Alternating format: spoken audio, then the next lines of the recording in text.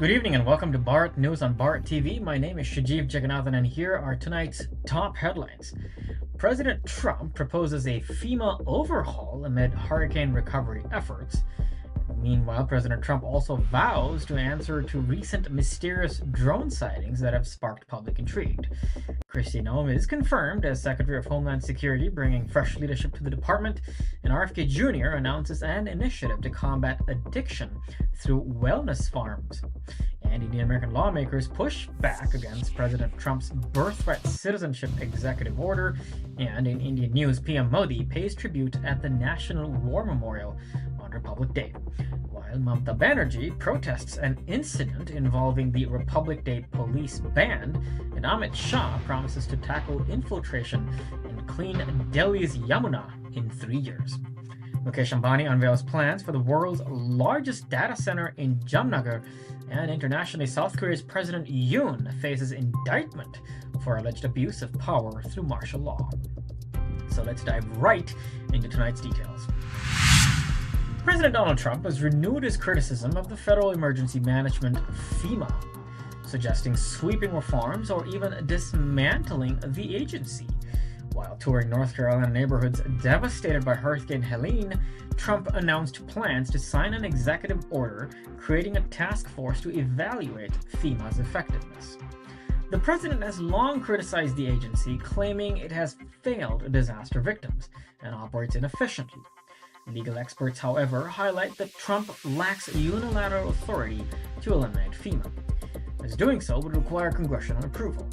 FEMA operates under the Department of Homeland Security and relies on annual congressional funding for disaster relief efforts. The announcement has sparked debates over the federal government's role in disaster management.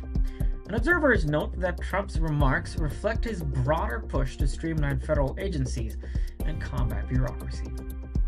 Congressional leaders are expected to weigh in on the proposed changes in the coming weeks. President Trump has vowed to uncover the truth behind mysterious drone sightings reported across the country. The drones, which have appeared in several states, have sparked public curiosity and concern over potential security risks. Experts suggest that drones could be linked in foreign surveillance or advanced U.S. military technology. Trump has directed federal agencies to investigate and provide transparency on the matter. Critics have accused the administration of a delayed response, but Trump assured the public that answers are forthcoming. The mystery continues to fuel speculation, with some experts warning of potential implications for national security. Governor Kristi Noem has confirmed as the Secretary of Homeland Security, taking charge of one of the most critical federal departments. Noem's appointment brings a combination of state leadership experience and strong conservative credentials to the role. She has pledged to prioritize border security, combat domestic terrorism, and enhance cybersecurity measures. Critics have questioned her qualifications, often citing limited federal experience, but supporters argue that her leadership as South Dakota governor demonstrates her capability to manage complex challenges. Observers predict Noem's tenure will align closely with President Trump's America First agenda. The confirmation marks a significant addition to President Trump's cabinet. President Trump's nominee for Health and Human Services, Robert F. Kennedy, is drawing attention to his unique approach to tackling addiction. Kennedy has proposed creating wellness farms funded by tax revenue from federally legalized marijuana to help individuals recover from substance abuse. These farms would provide holistic treatment for addiction, addressing dependencies on both illegal drugs like opioids and legal medications such as antidepressants and ADHD treatments. Kennedy's proposal stems from his personal battle with addiction, including struggles with cocaine and heroin, which he overcame through faith and a commitment to Alcoholics Anonymous 12-step program. The initiative reflects Kennedy's emphasis on clean living and comprehensive recovery strategies. Critics question the feasibility of the plan, but supporters praise its innovative approach, and observers see the proposal as a bold step in addressing one of the nation's most pressing health issues.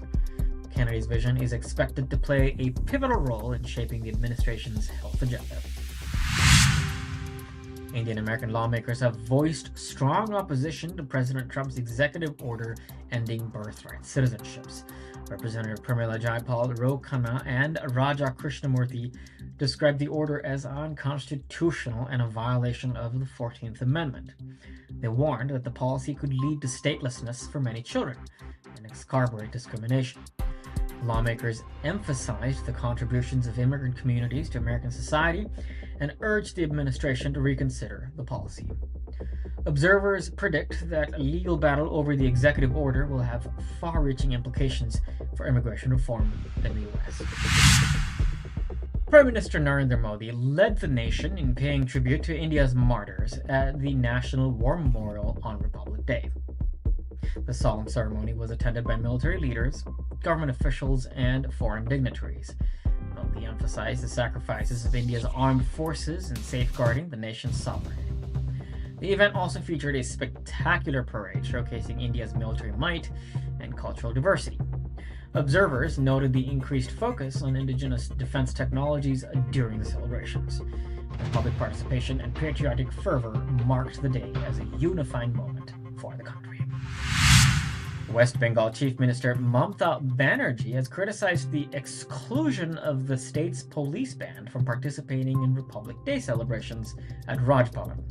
Banerjee described the incident as a political snub and accused the central government of undermining federalism. The controversy has sparked debates about the politicization of national events. Supporters of Banerjee see the move as an insult to the state. Critics dismiss it as a minor procedural issue. The incident highlights ongoing tensions between the state and central governments over governance and protocol. Union Home Minister Amit Shah has promised to remove Bangladeshi infiltrators from Delhi and clean the Yamuna River within 3 years if the BJP wins the elections.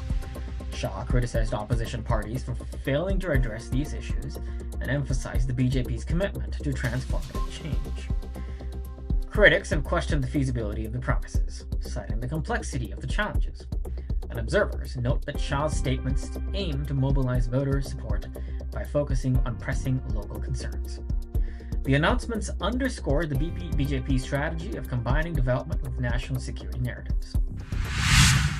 Mukesh Ambani has announced plans to construct the world's largest data center in Jamnagar, Gujarat. The state-of-the-art facility will focus on renewable energy and cutting-edge technologies, reinforcing India's position as a global IT hub. And Ambani emphasized the importance of data sovereignty and digital infrastructure in driving economic growth. The project is expected to generate significant employment opportunities and attract foreign investments, while observers view the initiative as a milestone in India's digital transformation. The data center aligns with the government's vision of self-reliance in technology.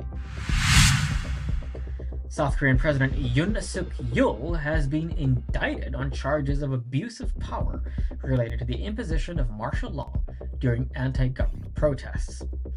The charges include allegations of suppressing civil liberties and using excessive force against demonstrators. Yoon has denied these allegations, calling them politically motivated. The indictment has triggered widespread protests and calls for his resignation.